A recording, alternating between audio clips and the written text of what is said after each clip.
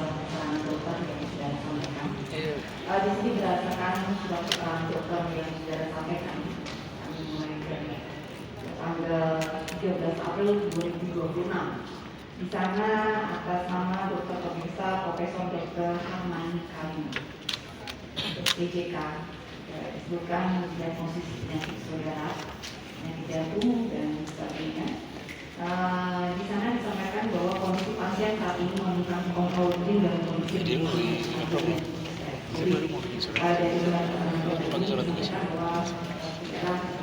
melakukan kontrol rutin. Kemudian dari pemeriksaan terakhir yang sudah lakukan, sudah lanjutkan dengan kami bacakan di sini berkaitan dengan hasil pemeriksaan secara subjektif dan objektif dari dokter sudah menyampaikan berdasarkan hasil pemeriksaan. Di sini disampaikan keadaan saudara tampak sangat ringan. Kemudian ada pun rekomendasi dokter anjurannya berupa pengobatan lebih lanjut ke dokter spesialis urologi dan dokter spesialis ortopedi. Kami sudah berbicara berkaitan dengan pengobatan saudara ini dan berkaitan dengan rekomendasi dari dokter yang disampaikan bahwa yang kebutuhan saudara adalah melakukan kontrol rutin dan hal tersebut bukan berarti harus melalui penanganan. Dalam artian begini, sarana kesehatan di rutan tempat saudara ditahan saat ini tentunya ada tim dokter yang ada di sana. Ketika tim dokter di sana tidak mampu untuk mengatasi, tentunya akan ada rujukan dari dokter yang ada di rutan memberikan rekomendasi kepada saudara untuk melakukan pengobatan di luar, dan itu akan diajukan kepada majelis hakim. Nah, untuk saat ini kami belum bisa mengabulkan permohonan penahanan saudara.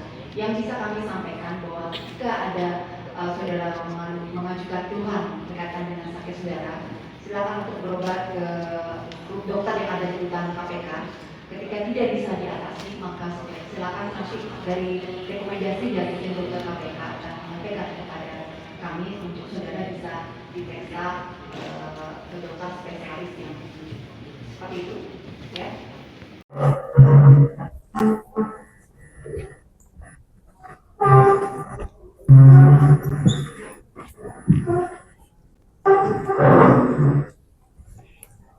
PT Gudang Garam Tbk resmi memperkuat struktur pemurnian anak usahanya PT Surya Doho Investama atau SDHI.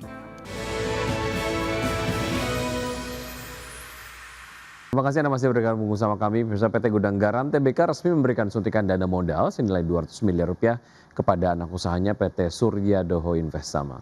Ya, tambahan modal emiten berkode GGRM ini dialokasikan penuh guna mendukung kelancaran kegiatan operasional Bandara Doho di Kediri, Jawa Timur. PT Gudang Garam Tbk resmi memperkuat struktur pemurnian anak usahanya PT Surya Doho Investama atau SDHI, di mana Direktur Gudang Garam Istata T. Sidarta menyampaikan bahwa perusahaan mengucurkan dana sebesar 200 miliar rupiah. Suntikan modal tersebut dilakukan lewat skema private placement melalui penerbitan 200.000 saham baru SDHI dengan nilai nominal 1 juta rupiah per lembar saham.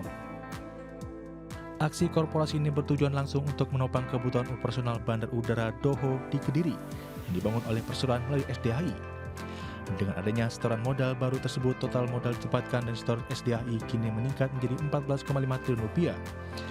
Penambahan modal ini diserahkan berdasarkan keputusan sirkular per 14 Agustus 2026 yang dituangkan dalam akta pernyataan keputusan RUPS luar biasa perseroan.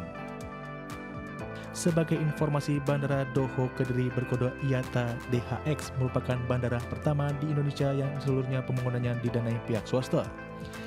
Meskipun dimiliki dan dibangun oleh Gudang Garam Group, pengelolaan operasional bandara diserahkan kepada PT Angkasa Pura Indonesia. Pembangunan infrastruktur ini dimulai sejak peletakan batu pertama tahun 2020 hingga resmi beroperasi penuh sejak Oktober 2024.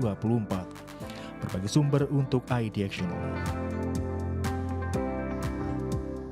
PT Bank CIMB Niaga Tbk membukukan kinerja stabil di sepanjang 6 bulan pertama tahun 2026 dengan laba bersih konsolidasian mencapai 3,44 triliun rupiah. Ya, pertumbuhan emiten perbankan berkode BNGA ini ditopang oleh ekspansi penyaluran kredit serta peningkatan perolehan dana murah.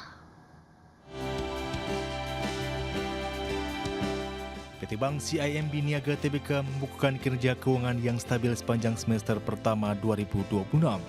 Emiten BNGA ini meraih laba bersih konsolidasian sebesar Rp3,44 triliun.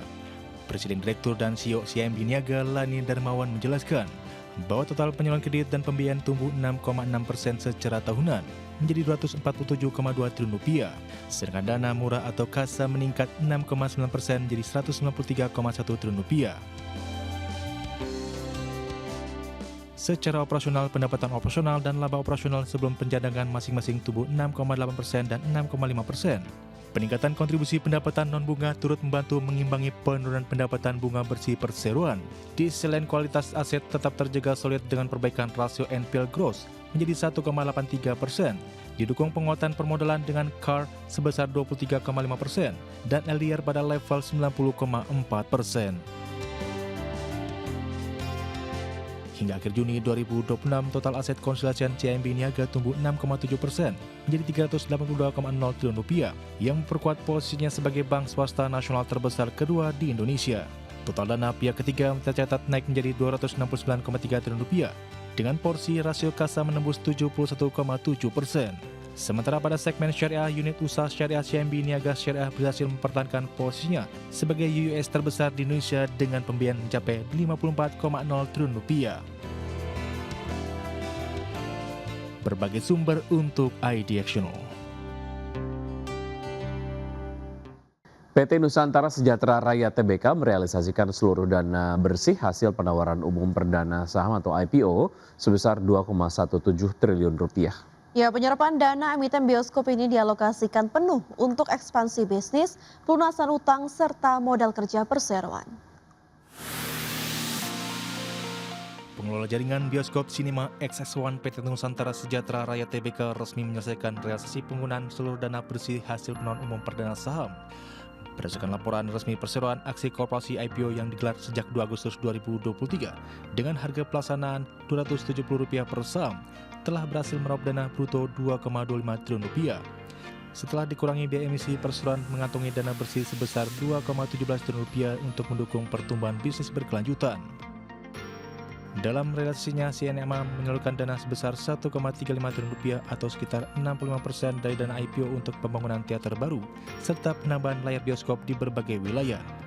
Langkah ekspansi ini melengkapi alokasi belanja modal perseroan dalam peluas jangkauan jaringan bioskop tanah air. Selain ekspansi, kebutuhan modal kerja operasional harian diserap sebesar Rp320 miliar atau porsi 15% dari total dana bersih. Guna memperkuat profil struktur keuangan dan menekan beban bunga, CNMA mengalokasikan sekitar Rp500 miliar atau 20% dana IPO untuk pelunasan sebagian pokok utang. Dana pelunasan kewajiban tersebut disetorkan kepada PT Bank Rakyat Indonesia Persero Tbk atau BBRI. Dengan terserapnya seluruh alokasi dana tersebut, manajemen mengonfirmasi bahwa penggunaan dana IPO telah terrealisasi 100% sesuai dengan rencana pendanaan perseroan. Berbagai sumber untuk IDXtional.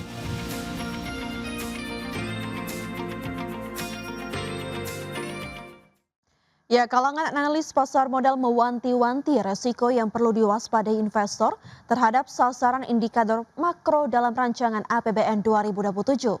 Analis menyatakan target pertumbuhan ekonomi sebesar 6% cenderung ambisius. Meski demikian, target tersebut diyakini mampu menjadi sentimen positif bagi pasar saham dalam jangka pendek. Pidato kenegaraan mengenai rancangan anggaran pendapatan dan belanja negara 2027 telah mendorong laju indeks harga saham gabungan menguat pada perdagangan Jumat 14 Agustus. Namun kalangan analis mewanti-wanti risiko yang perlu diwaspadai investor terhadap target ini. Head of Research Kisi Sekuritas Muhammad Wafi menjelaskan bahwa target pertumbuhan ekonomi 6% cenderung ambisius. Pasar disebut merespon target ini sebagai sinyal kepercayaan secara jangka pendek, sekaligus kehati-hatian dalam jangka panjang. Menurutnya terdapat sedikitnya 3 hal yang perlu diwaspadai investor atas target anyar pemerintah pada tahun 2027. Pertama, kesenjangan antara target pertumbuhan ekonomi 6% dan realisasi tahun ini. Selisih yang ada merupakan lompatan yang ambisius. Selain itu, target belanja senilai Rp4.097 triliun dengan pendapatan Rp3.426 triliun juga disebut menyisakan defisit yang signifikan. Menurutnya, kualitas belanja seharusnya menjadi hal yang dikedepankan pemerintah. Sementara itu, senior market analis penilai aset sekuritas Nafan Aji Gusta menilai bahwa sebetulnya target pertumbuhan ekonomi 6% dari Presiden Prabowo Subianto dalam pidato kenegaraan mampu menjadi sentimen positif bagi pasar saham secara jangka pendek. Selain itu, inflasi 2,5% dan yield SBN 10 tahun pada level 6,9% juga dinilai memberikan pesan bahwa pemerintah menginginkan kombinasi pertumbuhan dan stabilitas makroekonomi. Berbagai sumber untuk ID Action.